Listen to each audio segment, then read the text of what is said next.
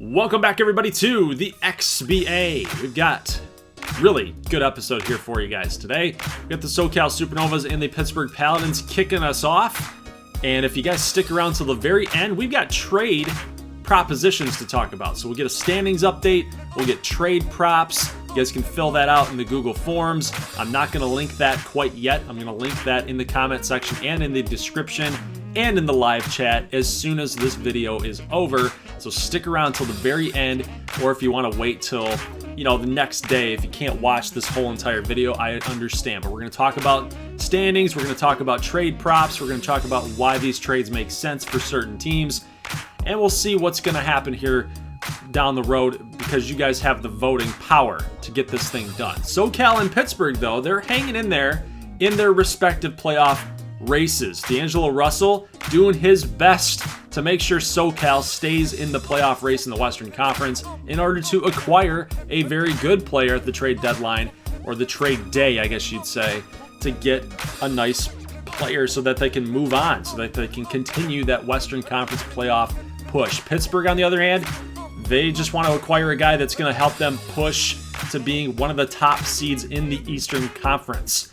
So I think with that being said, let's talk about the highlights. It's 39-34 at halftime. It's a very close game, guys, and you can see the numbers here. 39% for Pittsburgh, 43% for the Supernovas. So they're having a pretty decent showing here as far as field goal percentage is concerned, but Pittsburgh needs to get it going a little bit. And down by 6 right now, they're not shooting very well. They're hanging in there. 40-36 after a nice passing play there to get 2 points by Pittsburgh. D'Angelo Russell's going to fire up a 3-ball, and that's going to be an assist from Marcus Bryant. 45-38, and there's Russell looking for Bryant, and it's going to be a steal by Karl-Anthony Towns, and then a pass here to, I believe that was, looks like Cam Reddish or Jordan Bell. I believe that's Jordan Bell. I could be mistaken there. But we get a three-pointer here, 50-40. Russell going to hit this thing. 54-45. We jump forward and Splash Mountain. Going to hit another three. 59-47. Here's a 3-ball in the corner for Reggie Bullock. 59-50. Wayne Selden. He's going to hit a 3. Again, a 10-point lead. Fourth quarter. Marcus Bryant working on Jordan Bell. There you go. Nice little 2-ball there for Marcus Bryant. 71-61. So continuing on with that 10-point margin of victory here. Maybe, right? It's now 75-61, and then this slam dunk by Ntilikina is going to put Pittsburgh over the top. So they extend that 10-point lead out. Pittsburgh kept trying to respond. Eventually got to about a 14-point lead, and then there you go. So final score 90-80. So still that 10-point spread. So congratulations to SoCal for winning today's XBA tip-off game here in tonight's upload. So Marcus Bryant, we'll have to see how he did. We only saw 2 points from him, right? We only saw a 3-ball at the very start of the game, and then a 2 a little bit later on. So we'll take a look at what his stat line looked like. I think that those were all of his points. I think he had 5 points. Could be wrong there, but the Paladins just didn't get enough offense, guys. It just didn't get enough. And then when we can see, Marcus Bryant had 16 points, but we only saw 5 in gameplay. So he had himself a nice game. He had a double-double, 6 of 12, 2 of 4 from 3 land, which is always nice to see. And then Brady Dye chipped in with 2 blocks. So 2 rookies making their impact felt here for the Supernovas. As the thumbnail would state, Trae Young, 24.8 points per game, 3.5 rebounds, 6.5 assists per game. I believe that also said 48% field goal percentage. He was an all-star snub, guys. So 2K Sports, algorithm, got to come up with a better thing here to determine who makes all-star games or gets on the list for the captains to choose from. All right, let's get into the highlights here. We got Pat Beverly moving on into the hoop here, but he's going to give it off to Bagley. Bagley's going to hit the 2. It's going to be 4-3, and then Trae Young going to hit the green. He's already making the XBA officials feel it. He's going to hit 2 threes back-to-back. It is now 20-19 as we move forward. Michael Porter Jr. with the block, but it goes back to Argueta. So Juan Argueta hits a long-range 2, He's been one of the most, like, underrated rookies in that draft class that is just turning out to be an absolute steal. Michael Porter Jr., though, he's moving in on Argueta, and he's going to get a foul drawn on Argueta. It's probably a pretty good foul by Argueta. Small guy. You know that he's going to make the basket. You got early fouls. You might as well give him one. Argueta's going to move on in and make a 2 here to pull it within 3, 26-23, as we're winding down to the first quarter. So Juan Argueta, guys, he's been a really underrated prospect since coming out of Kentucky, and he's making his name felt as one of the more unsung rookies that are coming out of this class. It's kind of the dark horse guy. I'm really impressed with him and how he's translating here into the XBA. All right, a 3-ball at the end of the first quarter by Fournier. Not going to go, but Noel with that rebound, and here comes Trae Young. Is he going to hit this one? He's going to miss. And you guys saw a couple highlights there by Trae Young. So he continues to hit all these 3 balls, and he's got 12 points as we go into the second quarter. 12 points out of 31. So he's having himself a dang good game. We'll see if that continues here. Look at this fade away at the baseline. Like, what is that? Trae Young, 35-26. Patrick Beverley driving on in, gonna get a 2. 8-point lead here. Fournier back to Trae Young. 9 seconds on the shot clock. Let's see if Zagarach can give him a good screen. He does. And Trae Young gonna drive on in, get the 2 to lay in. He's going absolutely crazy. Kawhi Leonard for 2. Gonna pull it within 8. So back to an 8-point game here. 2 teams, New Orleans and Dallas. We seem to always get a matchup between New Orleans and Dallas. And then look at Trae Young, just a little spin, just not even that amazing of a spin, but he's able to juke Pat Beverley out of his shoes, man. And again, off this screen, and he drives in, and he's got 24 points, guys. He gets the and 1. This is number 25 out of 48 points total. Yeah, he has got over half of Dallas's points, and then in traffic, still hits a 3. 28 points out of 51. Like, what is going on with Trae Young right now, guys? He is just balling tonight. Michael Porter Jr. gonna drive. He's gonna pick up the foul and then get the 1. Trae Young, one more time, hits a 3. Here's Juan Argueta driving past Trae Young, and Young with the block. Kawhi Leonard with the 2. So he picks up the block off of Trae Young and then gets the 2. Then Trae Young coming on in again with more points.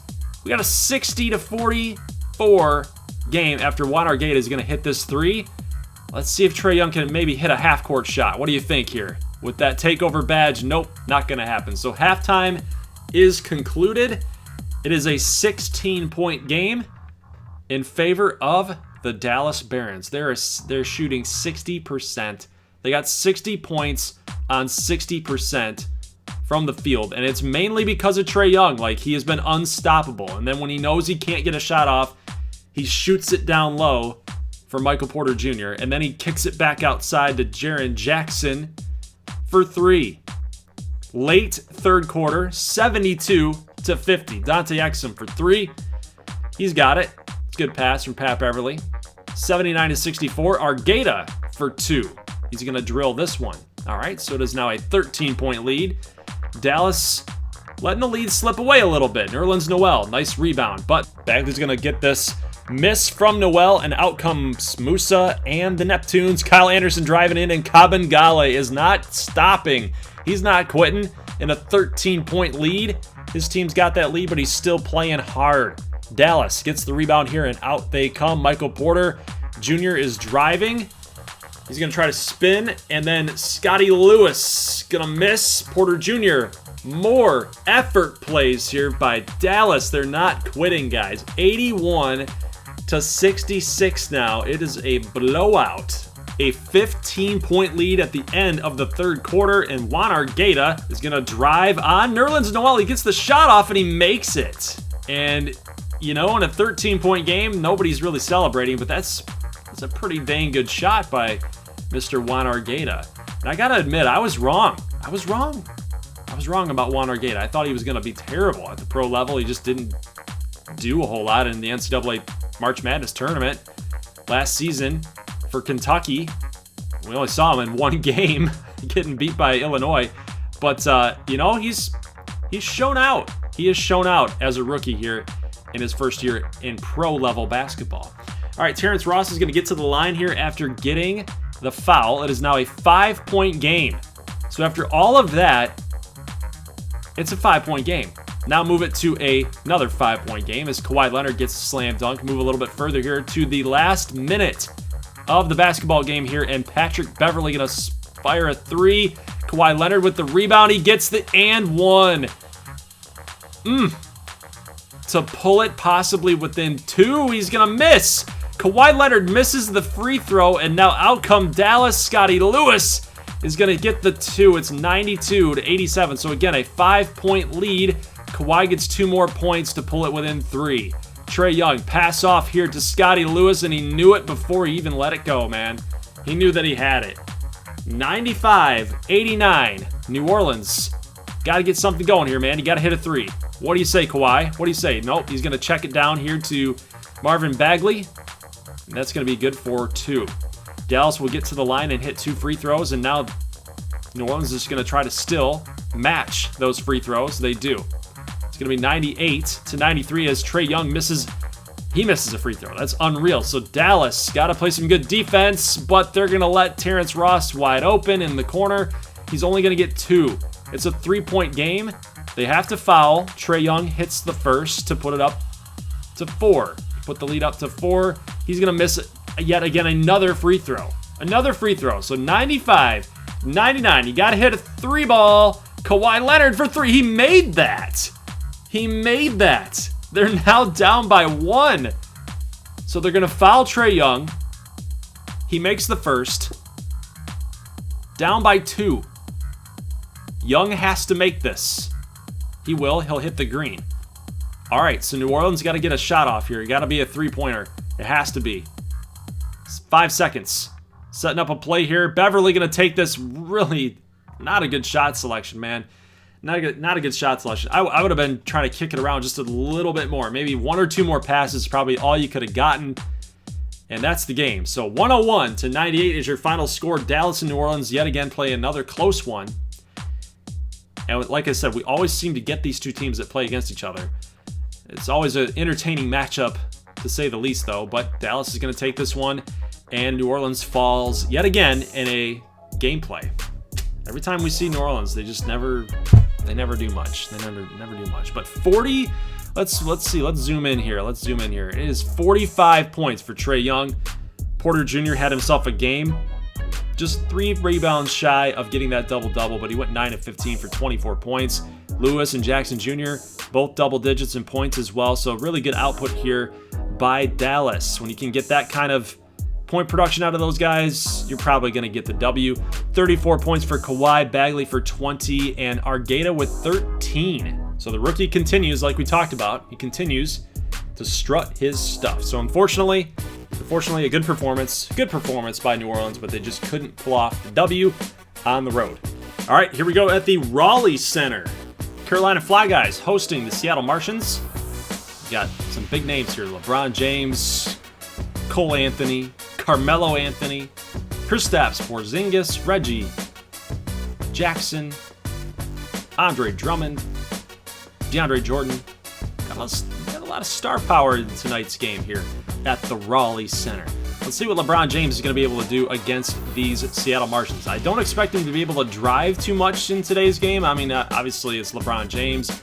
Anything can happen with this guy, right? I mean, he's one of the greatest players to ever play the game. So obviously it's hard to stop him, but we'll see what he's going to be able to do with his repertoire of shots. He's going to take more on the outside. Is he going to try to drive into that defense, that big man defense down there between Drummond, Kristaps Porzingis, Bojan Marjanovic? It's going to be tough. But as you see, slam dunk already early on for LeBron James. It is 10-4, but maybe this is what they have to do here, right? We talked about this with Kansas City's game plan against Seattle in that XBA primetime game.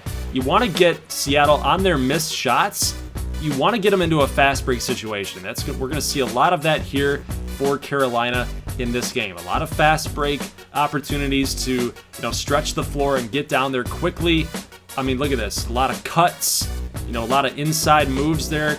Carmelo Anthony going to get 2. I mean, I like the Fly Guys. They're up 24-22 right now.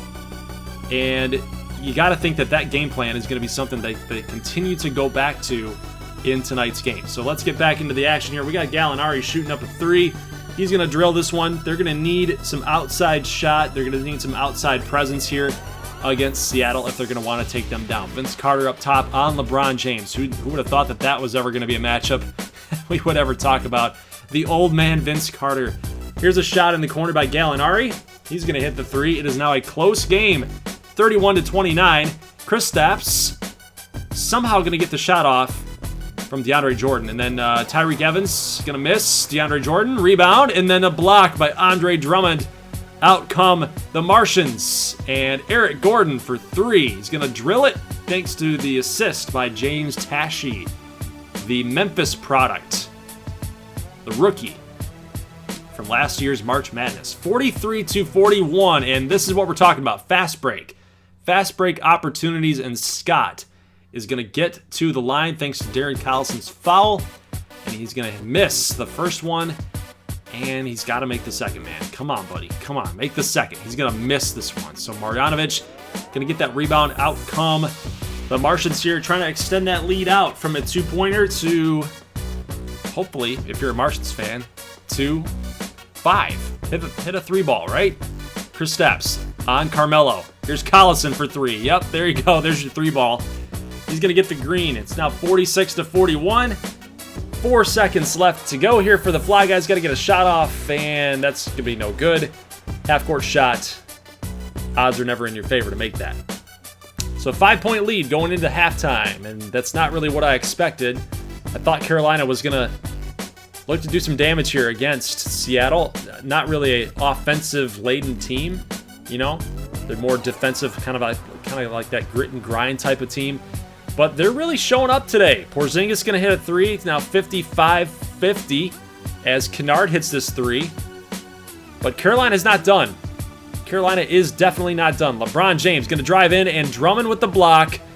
And then thank you, Cole Anthony, for picking that block up and getting the 2. So we've seen that a couple times. We saw that quite often there in that Dallas and New Orleans game. So Carolina on the comeback trail, right? Jeff Teague in the corner getting the 3. Carolina takes the lead, 61-59. Let's go a little bit further ahead, 63-59. And this is going to go for Seattle. They're going to hit that 3 to go down by 1. Kennard is going to miss. Gallinari with the rebound is going to get the green. And they're now back up by 3. Let's jump a little bit further ahead, 65-64. Late third quarter. Carmelo driving on Darren Collison, can't get it to go, but DeAndre Jordan cleans it up. Carolina's next possession in a tie game, 69-69. We're starting the fourth quarter tied up. Tyreek Evans is going to miss. Porzingis with the good defense, and here comes Eric Gordon. He's got an opening thanks to Cole Anthony. The one-year pro just did not play a good enough defense on the vet. 77-75. Kristaps going to drill another 2. Jump further, 83-79. 3-ball good for Reggie Jackson. 86-79, and this is good defense by Jeremy Lamb on LeBron James, the steal, and then here come the Martians. Here's Eric Gordon yet again. He's going to get another 2. Up by 9 points, and here's Cole Anthony for Green in the corner. Going to make it down by 6. Continuing that 6-point spread here. Reggie Jackson for 3. Kristaps with the rebound on LeBron James and DeAndre Jordan. What an effort by Kristaps Porzingis to ensure that his team stays in it. 92-84. LeBron driving down low.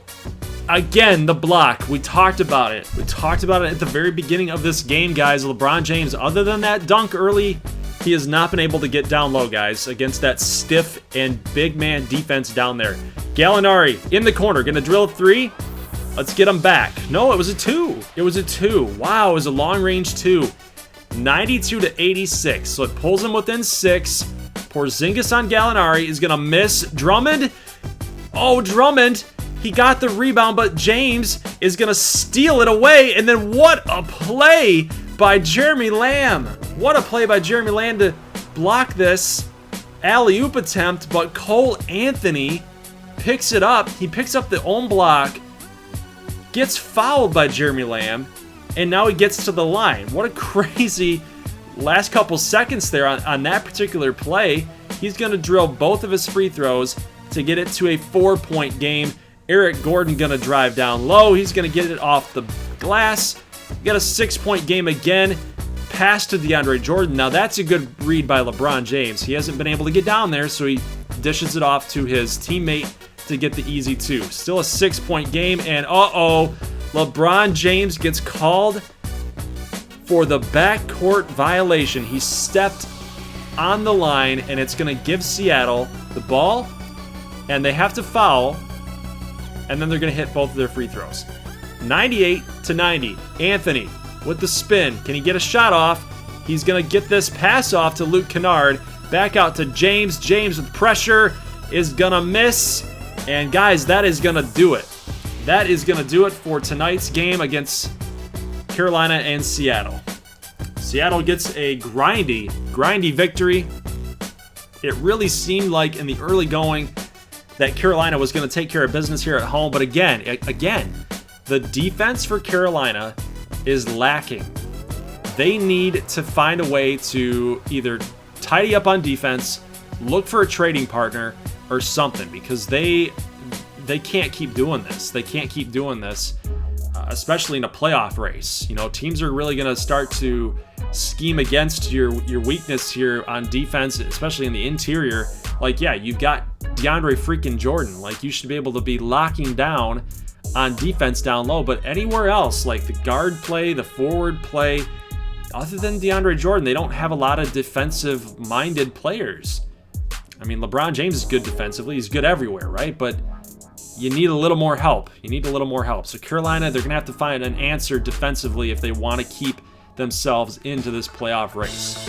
All right, let's go to San Diego. We got an interesting matchup here between Boston and San Diego. So East Coast and far West Coast teams playing against each other here, playing off. And we got some weird jersey combinations going on today. This is one of the first times I think we've ever seen Boston on the road with their new look and rebranded uniforms. They got the black unis on. They do have an orange uniform set, and I really debated it. I was like, I wonder if we should put the orange versus the orange. That'd be hilarious looking. But I didn't want to like burn your guys' eyeballs off. So here we go. We got black unis against orange unis. Let's get this highlight reel underway. Right? It's 30-27, so we're picking it up in the second quarter late. Green down low gets a 2, and it's 40-37 at the half. Both teams are really firing on all cylinders here. Green with 15 points, Westbrook with 12. You guys are probably thinking, Goldie, why are you going so fast? Well, it's because we're in the third quarter now, and it's tied. Westbrook going to take this steal off of Chris Paul, give him a dose of his own medicine there, and turn it into points. We're now tied. 45-45 game here. Allen with the good rebound, and then Roberson coming down low. Spellman tried to draw the charge, and that wasn't going to happen. Not going to give him the call here. 51-47, and Dedmon for 2. Going to put him up by 6. Let's get him up by 8 here. 55-47. 3 ball. Going to go. Somehow, some way, that's going to go. So 60-49, an 11-point game, and San Diego's going to have to find a way to come back here. Here's Nick Batum. Time is running out here, Nicky. Let's get a shot off, why don't we? Get a shot off. Batum for 3. He's going to drill it as the shot clock was expiring. It's a 10-point game right now. Westbrook for 3. He's going to miss. And out come Boston. Here comes Chris Paul. Pass off to Draymond Green. Going to hit the 2 guys. And that's going to do it. Kind of go either way on this. It could really hurt San Diego. It could really sting. I mean, this is a team that's in the 3 seed pretty comfortably. But losing to an Eastern Conference team, where on the other end, you're a Western Conference team, you're looking across the country and you're looking at that like, man, that Eastern Conference, they just beat up on each other all the time. I mean, are they even really that good? I'd actually love to see the stats on Eastern Conference wins against Western Conference opponents. That would be a pretty interesting stat. But hey, nonetheless, Boston gets a much-needed win to increase their standing in the Eastern Conference playoff mix, and San Diego gets an unfortunate loss, but I think they're going to be all right. I think they're going to be okay. Draymond Green with 27, so he led the way. Chris Paul with 20, 9 of 14 for Paul, 12 of 20 for Draymond. DeLon Wright was 6, Dedmon was 6. Joe Harris has got to get more production, man. You can't have 4 points. You know, you're a shooter. You're a pure shooter. Joe Harris has got to be kind of the guy that steps up for that team. Even though they got the win, you can't really knock them there, but I'd like to still see Joe Harris kind of get more involved in that offense. All right, let's get into this game here. Probably going to be a shootout, right? You got two great offensive clubs here between El Paso and Kansas City. Obviously, Kansas City is dominating the Western Conference. They are, I believe, like 35-9 right now. Either way, I think they've got like single digits in losses still. I mean, it's crazy how productive that this team has been. They got major attribute boosts with Ja Morant, Luka Doncic, Hassan Whiteside. It's been crazy. It's been a good little run here for Kansas City. Ultimately, you want to see what this team's going to do in the playoffs, and the fans are loving it. The fans are loving it here. Look at Ja Morant, by the way. He's making guys miss through spin moves. He's getting fadeaway jump shots. He's hitting long-range threes contested. Like, he's going off. And then when you got Luka Doncic here, finding open guys like Josh Hart hitting threes, it's 14-8. James Harden getting cold a little bit as he's going to miss that three-point attempt. And then Ja Morant going to hit another 2. 0 points for the Peppers in the last 2 minutes and counting. Gordon Hayward going to miss this shot, but Noah's going to clean it up here. But it doesn't matter, guys. It doesn't matter because Kansas City they're just so good offensively. You've got Holiday hitting threes. You got Josh Hart that's driving in. He's going to miss here. And then JaMychal Green coming in through. I mean, what do you do? What do you do with this team? He gets a slam dunk. Hart contested on James Harden is going to hit a 3. It's 41-28. Right in front of Cody Zeller's face. Hart's going to hit another 3. Ja Morant now in a 12-point lead. He's working on Al-Farouq Aminu and Kobe White, and he's going to get blocked by Aminu, but he picks up the block and then passes to Thon Maker, who hits another 3. Like, this is ridiculous. 51-37, a 14-point lead here in the second quarter. And then Luka Doncic finding across court, Hart, and then back to Holiday. The ball movement by Kansas City is amazing right now. 68% as a team with 15 assists. El Paso has to either find a way to hustle on defense or just continue to match shot for shot. But you guys can see it, man.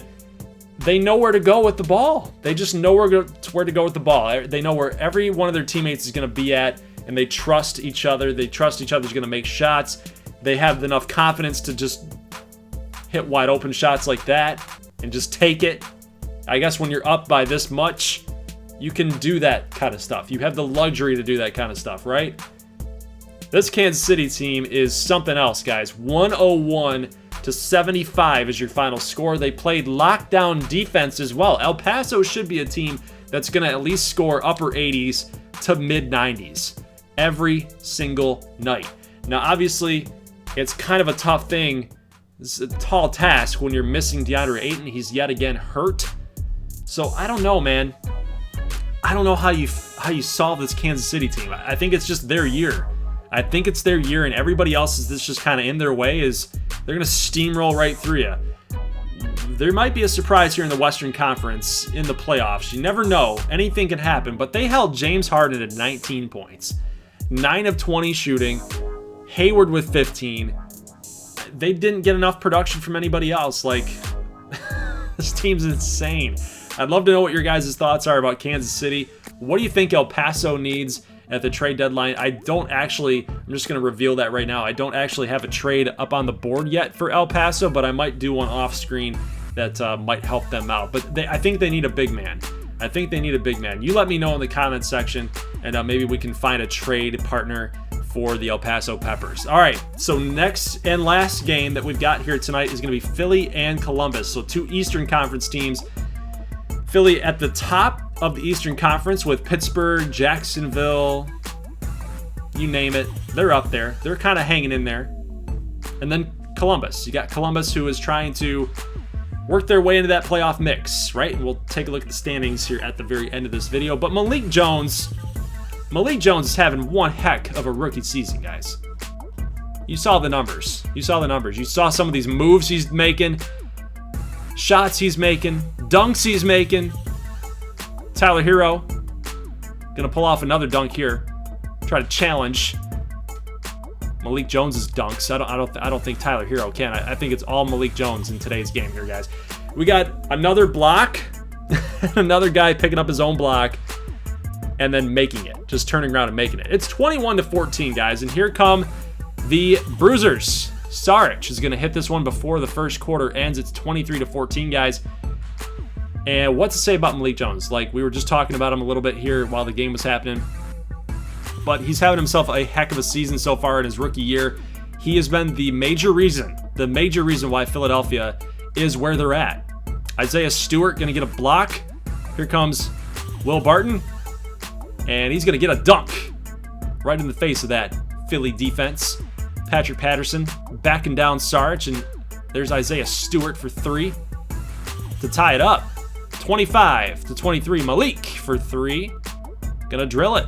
Putting him up. 26-26, Malik Jones for two more. Again, down by one. 28-29. Looking for the foul.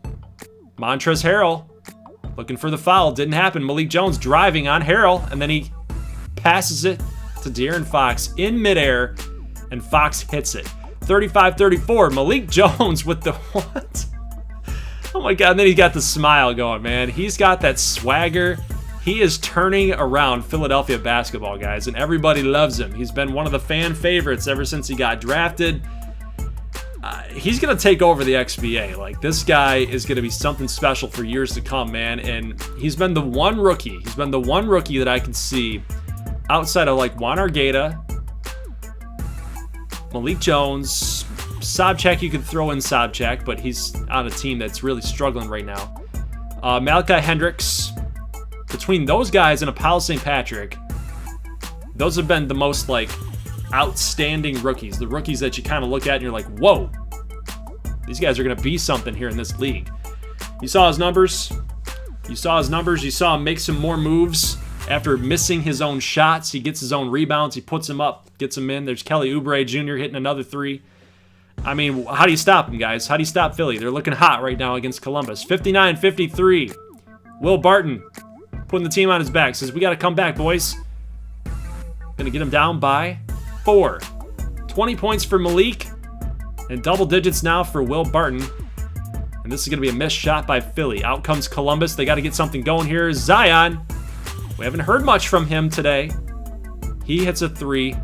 And now Columbus is down by 1 here. Third quarter is coming to a close. Harrell going to pass it off to Barrett, who pump fakes and then hits the 2 to put up Columbus 60-59. So despite everything we talked about with Malik Jones putting the team on his back, scoring a bunch of points, we had a Columbus lead until that. Nice little pass, nice little alley-oop from Malik to De'Aaron Fox. Malik Jones going to get stopped here down low. And here comes Kendrick Nunn. Wow, he got that off. Plus, he gets the foul. So 71-71, he's going to drill the free throw. Again, Columbus with the 1-point lead. This has been a game that's been going back and forth all game long. Derek White going to miss this shot. They were down by 1 now. I mean, the scores just keep flipping back and forth. Here's De'Aaron Fox. Nice pass down low. He's going to get the 2. But RJ Barrett is going to get the ball stolen from him, and here comes the pass to Malik Jones, off balance 2, gets the layup 86-79. De'Aaron Fox going to miss this shot, try to get Philly up by 9. So Zion gonna fire up, hit this 2 ball. They're now down by 5. They will not foul So still a 5-point lead here. Malik Jones trying to drive. He gives it off to De'Aaron Fox, and Fox is going to miss. He's going to miss, and Columbus calls a timeout. That is their last timeout. The inbound pass to Zion. Can he get the 2? He does. He does. So 12 seconds. They will foul. Malik Jones, obviously the guy that you want the ball in his hands at the end of the game here. He's going to hit both free throws to put him up again by 6. So 11.3 seconds to go. You need a quick shot, and they're going to get this one to Barrett, but by the time it hits the backboard, about 4 seconds left, and this game is over. No need to foul any longer. And Philly gets the win. In Columbus, this team is really good. They're dangerous. They're tough. They can get hot. They rarely ever get cold.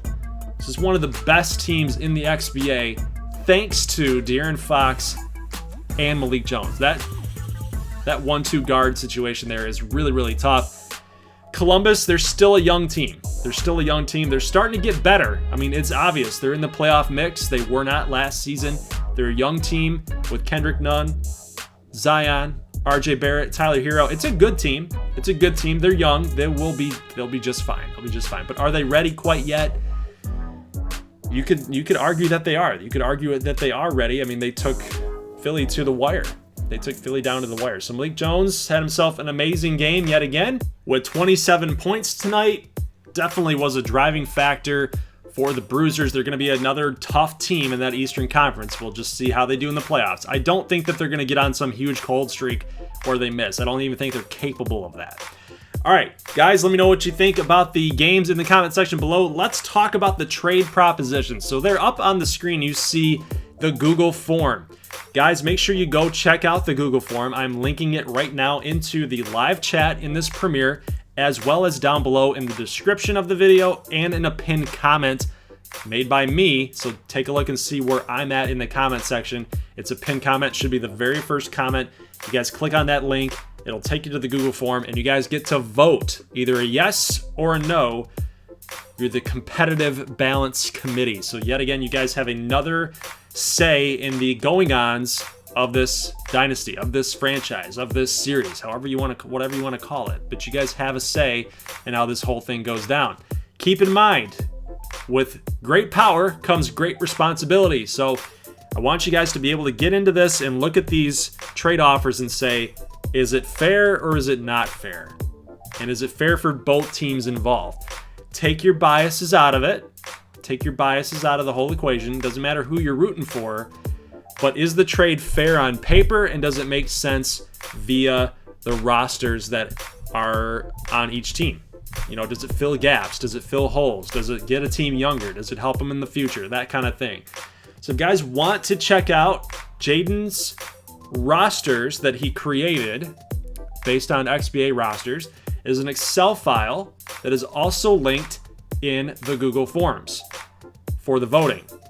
And I've highlighted a couple times here in this Google Form view. So make sure you guys click that link for the spreadsheet to take a look at the rosters for each and every XBA team.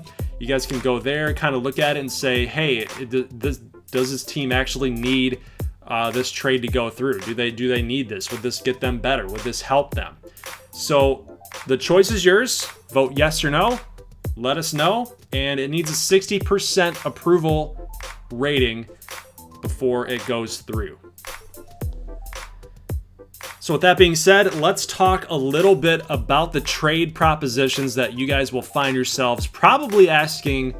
This one's really tough. I'm not sure what to do. So I want to offer you guys kind of my brother and I's rationale as to why some of these trades were thought of, were created by us. And like I said earlier in the video, for El Paso, I don't have anything for you guys to vote on for El Paso, but I think I'm just going to go ahead and I'm going to look off screen and kind of figure out what we might be able to do for them. If you guys have an idea, post it in the comment section. I would love to know your idea for El Paso. They need a big man. They need a big man. Carolina needs another defensive player. Those are probably two teams that I'm probably going to try to figure something out off screen. All right, so let's get right into this rationale a little bit. Let's see what teams are thinking. All right, so for the first trade up here, we've got Miami and Washington. So Miami is trying to acquire some offensive pieces. And they're looking at some veteran pieces like Tim Hardaway Jr. and PJ Tucker. So obviously Tim Hardaway Jr. being the best player in this trade, they got to give up a little something, right? And it looks like Washington is going to try to go after Shake Milton, who is a young player, which they need. They need to get younger. Frank Kaminsky, they're probably just trying to take on that contract, take on a little veteran presence there, try to get them a little bit better in that regard. And then, hey, Washington's also moved on from PJ Tucker, who's an older piece. And they're also acquiring Miami's 2022, so next season, not this season's draft, but next season's draft, second-round draft pick. I think it's a pretty fair trade. I think Miami's in that playoff push. Washington definitely is not. They're looking to try to get a little bit younger. Next trade for Washington, they're looking at trading away Jake Layman, and they're acquiring yet another second-round selection, but it's going to be for this season. So they're going to trade away Jake Layman to Denver, and they're going to acquire another draft pick, but this time it's for this year's draft. I think that, again, is another good trade for Washington. They're just trying to sell off some of their pieces that just don't really make sense for them right now. Washington continues the blow-up job, and they're getting rid of Noah Vonleh, the 25-year-old, for Bruno Fernando, the center from Maryland. And 74 overall to 76, they're getting a younger player as a center. I think that that's a pretty good trade. San Diego gets more of a defensive player that'll help them down low. I think that that's a pretty good one. Another team that is kind of blowing up the system here and getting younger is the New York City Slickers. So they have kind of a problem. They're one of the worst teams in the entire XBA, and they're thinking like, hey, we got a ton of old guys and we got to get rid of them. So they're getting rid of Gary Harris and Tony Parker, and they're going to acquire Kostas Sloukas, Alec Burks, and a second-round 2021 draft pick from Montreal. And Alec Burks was thrown in. Yes, he's old. He's older, but he was thrown in because you got to match the players. So it's got to be 2 for 2, and they're also getting a draft pick in the mix. I think it's a pretty fair trade, and New York also continues with the blow-up job, and they're going to acquire Furkan Korkmaz from the SoCal Supernovas, and they're going to trade away Georgie Jang. So Jang is going to come in here and help out the Supernovas with a little bit of defense, a little bit of offense. He's more offensive laden, more offensive skill set is Jang. And it's going to help out Marcus Bryant not carry so much of that load. So he's definitely still going to be the starter, but it's going to help them out, and especially with that rookie thing that's going on with the field goal percentages. You know, rookies have a tough time like translating open shots and knowing when to take them and everything. Jang should be able to step right in, kind of help Marcus Bryant out a little bit, take some pressure off, and SoCal is going to be able to make a push for the playoffs. Another trade here for New York. They are acquiring Jonah Bolden from Alaska. So the Chill, they don't think that they're out of it. The Chill are going to acquire Zach Randolph. It says he's a 76 overall right now, but I believe he's up to a 79. So this trade is getting New York younger, and it's also getting more rebounds, more offense down low, as Dwight Powell and Kenneth Faried seem to be kind of the weakest links here for Alaska. So they did really well down the stretch. They did really well in the playoffs. But for whatever reason right now, Alaska they're not doing well with rebounds. They're not doing well with much of anything down low. And so acquiring a guy like Zach Randolph will help that depth, will help determine who's going to be the starter for the second half. I think Zach Randolph should win that job just based on he's Zach Randolph. He's always been a pretty darn good player. Couple other notable trades here. Probably the last one that I want to talk about is with my St. Louis Arrows.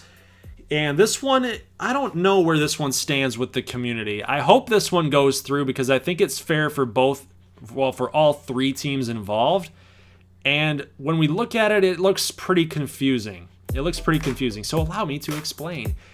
The Detroit Power have a situation on their hands where point guard, they have Sean Livingston and Kyle Lowry. Both guys that are in their mid-30s, and they don't have a legitimate backup point guard. at least a young point guard. So they want Monte Morris, and we're going to give them Monte Morris. But here's the thing. We're going to give one of our best players and our top point guard to Detroit for Denzel Valentine. And why would we do that? Well, because on the other flip side, with Nashville, we're going to acquire Austin Rivers, so another point guard, and then Jahlil Okafor to kind of help us out. Because let's face it, Willie Hernangomez, not doing too much. Mo Bamba is one of the big time guys for us. He's our definitive starter at center. But Willie Hernangomez is not doing much at that center position, and I want a guy that's like Jahlil Okafor, that's a rebound machine, that whenever Bamba gets tired, we can put Okafor in there, and the production is going to be pretty much the same. So we need a point guard in return. Nashville's going to allow us to do that by acquiring Austin Rivers, but they want a younger point guard back. So Tyus Jones, we're going to have to acquire. They're going to require us to give up Tyus Jones to Nashville. So they get younger at point guard. They shut off some weight there with Okafor. It doesn't really fit their plans right now. Okafor's 25 years old. Rivers, I believe, is 25 or 28. It's kind of a big spread there, but I think that's how old he is. But they're tanking, man. They're tanking. They're just not having a good season. Obviously, XBA, you don't want teams to tank, but I think the pieces that they're acquiring allow them to kind of stay competitive next season. So they're getting younger at point guard with Tyus Jones. They're also acquiring from Detroit, Belizia. He's an 81 overall player. So while the Tempo are getting rid of some pretty nice pieces, Michael Kidd-Gilchrist, Austin Rivers, and Okafor, they're also acquiring my first round draft pick, a top 10 protected in 2022, Tyus Jones and Belizia. So they're flipping all of that, and I think that they're getting a pretty good haul. Detroit, when we look at that, Detroit is giving up Belizia and Valentine. They're not really in the playoff mix either, and what they acquire back is a young point guard in Monte Morris and Michael Kidd-Gilchrist, a guy that they can kind of build around a little bit to help them out on defense in particular. So I think that that's a pretty fair trade. I want to talk more about that because I'm pretty sure when you guys look at that, it's a lot to take in, a lot to try to figure out, like what's the deal, what are these three teams thinking. In summary, Arrows are just trying to get better with depth, with bench, with our little playoff run that we're trying to get to. We're probably going to put Donovan Mitchell at point guard and get Dwayne Wade and Jamal Crawford to kind of split some time at shooting guard. I think that makes sense for us. And then, that's just our depth. Rivers, Okafor, and Valentine will be our depth. While Nashville and Detroit, they get a little bit younger. They get some good pieces back in return. Try to rebuild for next season. So that is it, guys, for the trade talk. There's obviously going to be more trades on that Google Forms, but not really as important trades, at least what I thought that were very important trades. But you guys can kind of figure those ones out. I just want to talk to you guys about the more pressing trades that were out there and those trade props and kind of explain the ones that might be kind of like, whoa, what are these teams thinking? But you guys can see up on the screen here, we got the conference standings in the Eastern Conference and some pretty darn good a good split here between the Eastern Conference teams. You've got Wisconsin up top. You've got Tampa Bay battling down there, Carolina battling, Miami battling, Kentucky battling. And the one thing that you want to look at here are the games back, the games behind for all these teams again. So we have, yet again, in the Eastern Conference, teams that are just fighting, scraping, clawing for every single victory that you could possibly find. And then in the meantime, when we look at Atlanta, 8 losses in a row. What is Atlanta going to do? Are they going to hold on to their pieces? They're pretty young. All things considered, they are pretty young, especially with Sobchak. They've got Gerald Green, Wendell Carter Jr. You know, it could turn around fairly quickly next season if they have a good offseason on the Wheel of Destiny and, of course, in the draft. So we'll see what happens with Atlanta. But Eastern Conference, not much has changed from a couple weeks ago. Looking at the Western Conference, we got 35-10, Kansas City, San Jose Cyborgs, 3 games back from them. And outside of the top 2 teams, like the Western Conference is also pretty close. Like even when you get down to like the Phoenix Monsters at 19 and 24, they're 15 games back from Kansas City. So while that number is very, very high and it's a lot, don't focus on that. Focus more on the fact that they're 15 games back with El Paso, I believe. Let's see, 2, 4, 6. With El Paso being the 8th seed, they're 12 and a half games back from Kansas City. You've got a lot of teams like Vancouver, Phoenix, New Orleans. They're about 3 games back from 8th place. So there's still some ground to make up here in the Western Conference. You got the Chill, who are struggling. They're really going to need to get Zach Randolph in that lineup, man, and really get going. They're starting to lose some ground here. So, guys, it's going to be it for your XBA action today. Leave a like if you like this thing, and make sure that you are checking out those trade propositions. Again, you guys always are part of this series. A big part of this series. Want your guys' opinions, want your guys' thoughts, and want you guys to be involved every single step of the way. I will see you guys next week for more XBA action. By the time next week's upload happens, you guys will know what trades went down. I will see you guys in the next one. As always, peace.